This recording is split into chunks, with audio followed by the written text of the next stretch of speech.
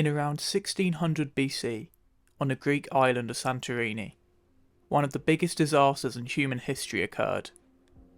The Thera volcano erupted in a massive explosion, devastating the nearby Minoan civilization with volcanic ash and tsunamis, with the effects possibly being felt as far as China. This is the story of undoubtedly one of the biggest volcanic eruptions in human history, which is comparable to the likes of the infamous Krakatoa and Mount Tambora eruptions in terms of scale, and may have changed the history of Greece and the West forever. Let's begin with a short recap.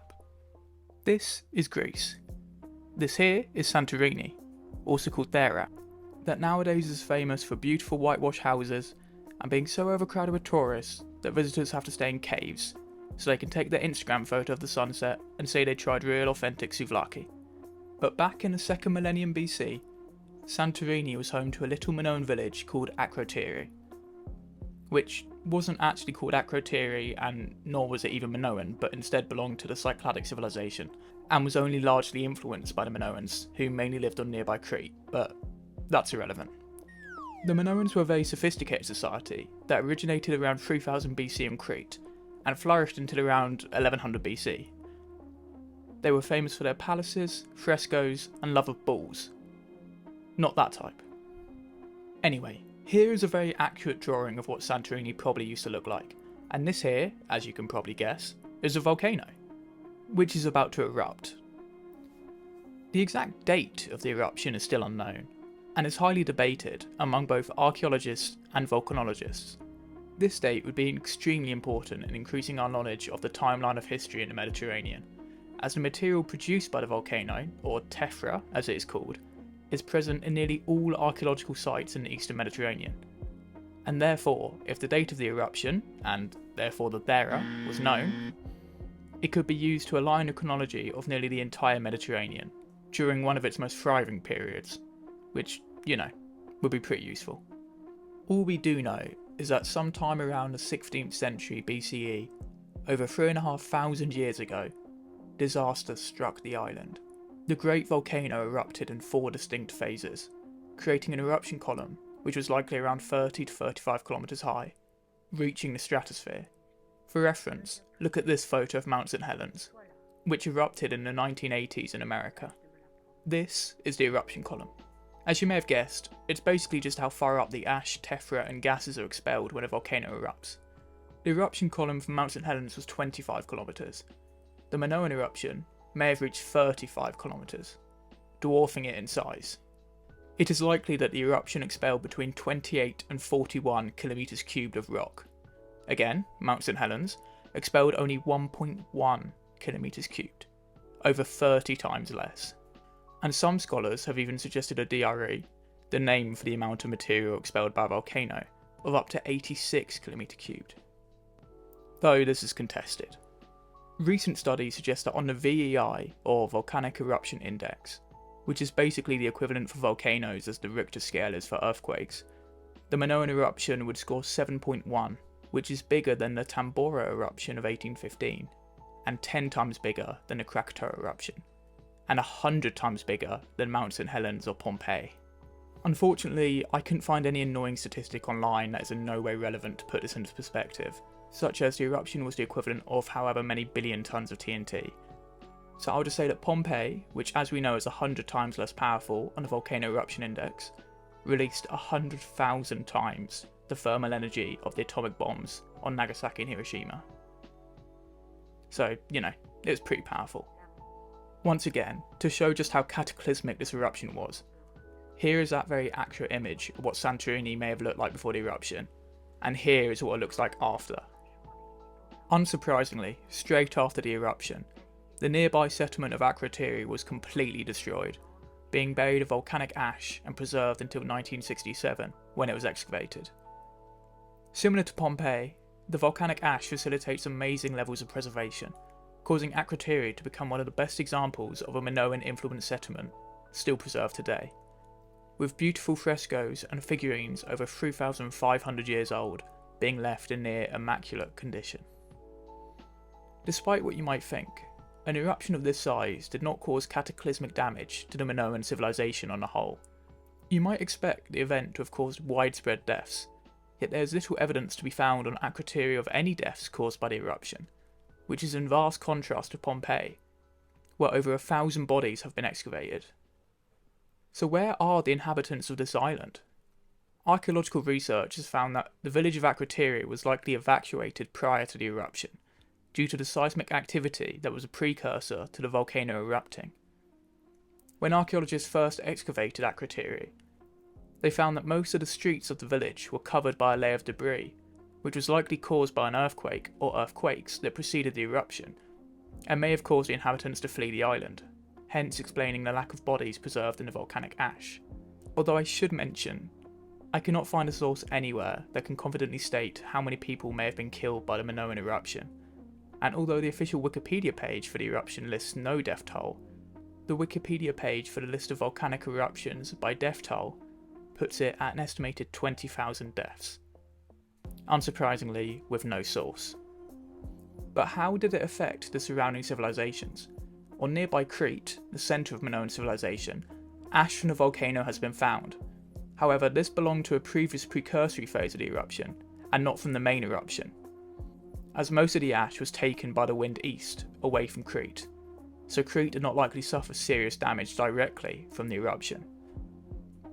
The event did cause massive tsunamis, however, with waves possibly between 35 and 150 metres striking the coast of Crete soon after, with coastal towns such as Amnissos having walls of their buildings knocked out of place by the tsunami.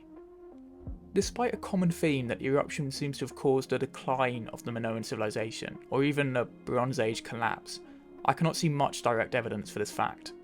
Despite the fact that the Bronze Age collapse took place 400 years after the eruption, the majority of Minoan towns recovered, with new palatial centres being built soon after at Zakros and Phaistos, although some sites, such as Galatas, did fall into disuse.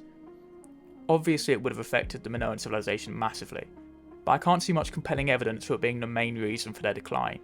To me, it just feels like the whole idea that the Minoan eruption somehow ended the Minoan civilization is just a classic case of people wanting a specific, obvious reason for civilization to decline, whether it be a flood, volcanic eruption, or earthquake. But please let me know if I'm missing something. Unfortunately, and perhaps unsurprisingly, there are no direct records of the eruption. However, there may be in the future. The writing system of the Minoans, Linear A, is still undeciphered, and likely won't be until more examples of it are found in the future. However, if Linear A is ever deciphered, there is a chance that there could be some reference or cataloguing of the eruption taking place at one of the Minoan settlements on Crete, such as Knossos, although this is pure speculation. However, the eruption may have been described by our good friends the Egyptians, and even less likely, the Chinese. The Tempest Stele, which was erected by Pharaoh Amnos of the 18th dynasty in around 1550 BC, so a similar time to the possible date of the eruption, has a very much broken decree, which states this: "The gods expressed their discontent. The gods made the sky come with tempest or rain. It caused darkness in the western region. The sky was unleashed, without, more than the roar of the crowd, was powerful, on the mountains more than the turbulence of the cataract which is at Elephantine." Although it is fairly unlikely, as the dates do not exactly match up, this could be a record of the after effects of the Minoan eruption, with the tempest and the sky being unleashed referring to the volcanic storm that likely ensued after the eruption, and the darkness in the western region could refer to the volcanic plume.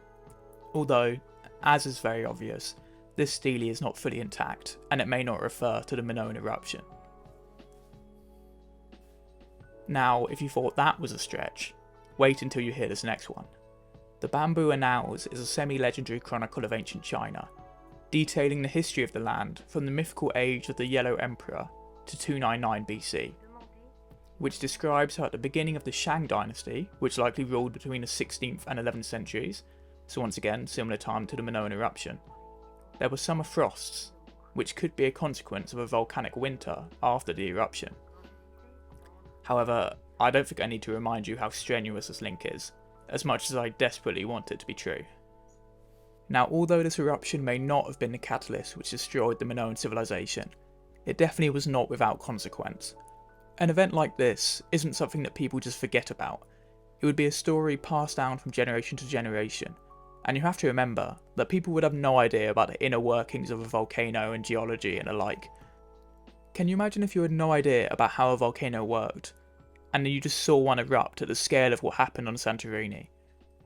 It would have been able to be seen and heard for hundreds of miles, and straight after, tsunami waves rocked the shores of nearby islands. It must have felt like the end of the world. So it is no surprise then that we may see the effects of the Minoan eruption in mythology. Listen to this section of Hesiod's Theogony, detailing the Olympic gods' battle against the Titans, and compare it to my description of the eruption. And now Zeus no longer held back his strength. His lungs seethed with anger, and he revealed all his power. He charged from the sky, hurtling down from Olympus in a flurry of lightning, hurling thunderbolts one after another right on target from his massive hand, a whirlwind of holy flame. And the earth that bears life roared as it burned, and the endless forest cracked in fire.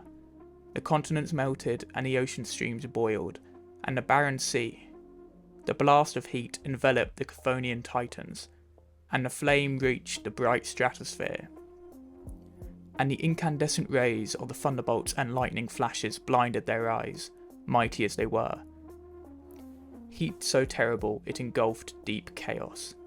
The sight of it all, and its sound to the ears, was just as if broad heaven had fallen on earth.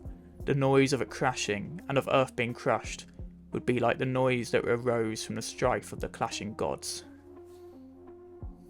Winds hissed through the earth, starting off tremors, and swept dust and thunder and flashing bolts of lightning, the weapons of Zeus, along with the shouting and din, into both sides.